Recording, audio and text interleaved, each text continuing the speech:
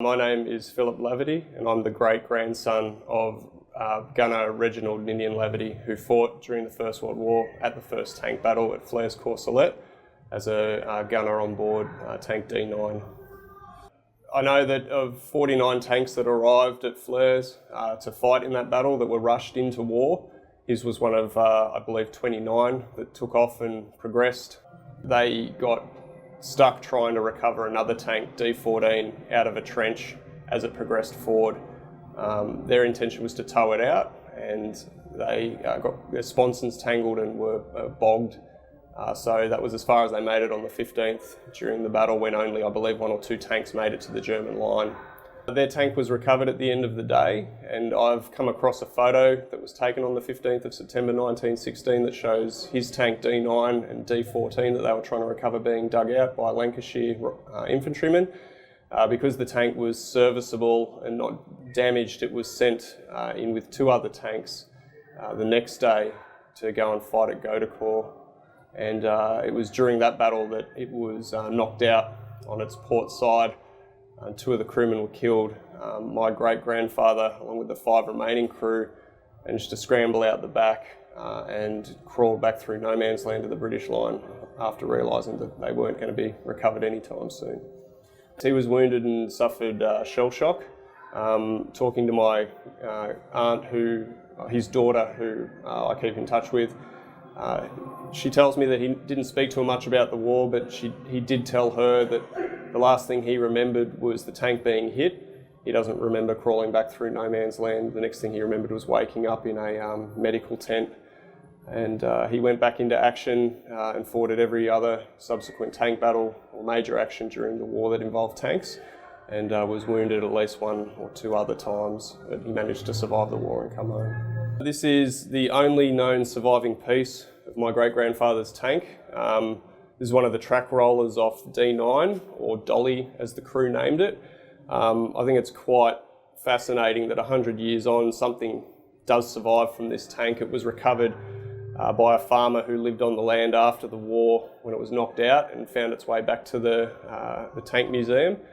And yeah, I'm quite humbled to be able to sit here and look at it 100 years after, knowing my great-grandfather fought in a machine that this was a part of.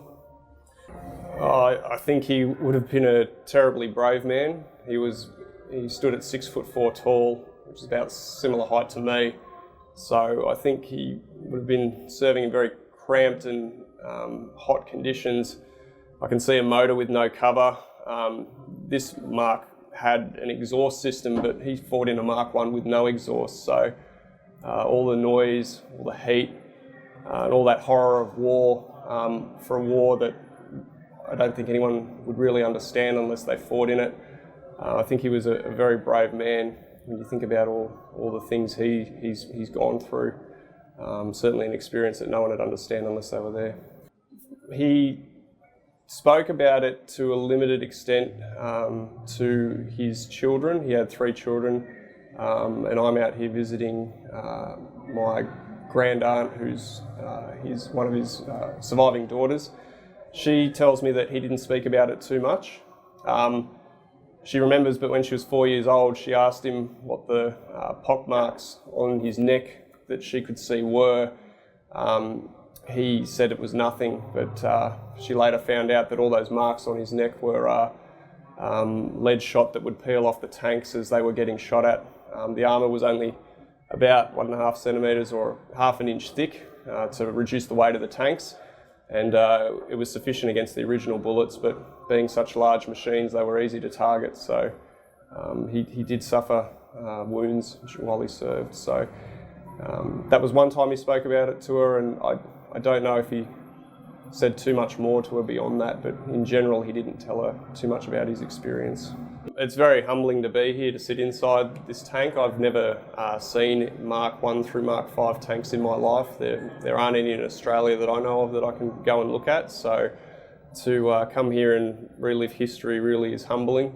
I didn't know about my great-grandfather's service in the First World War until about a year ago, and what started out as quite literally a Google search and a relative telling me that he did serve has resulted in me learning everything I've learned. So it's great to be here and to to make it in time for the 100th anniversary of that action that he was a part of.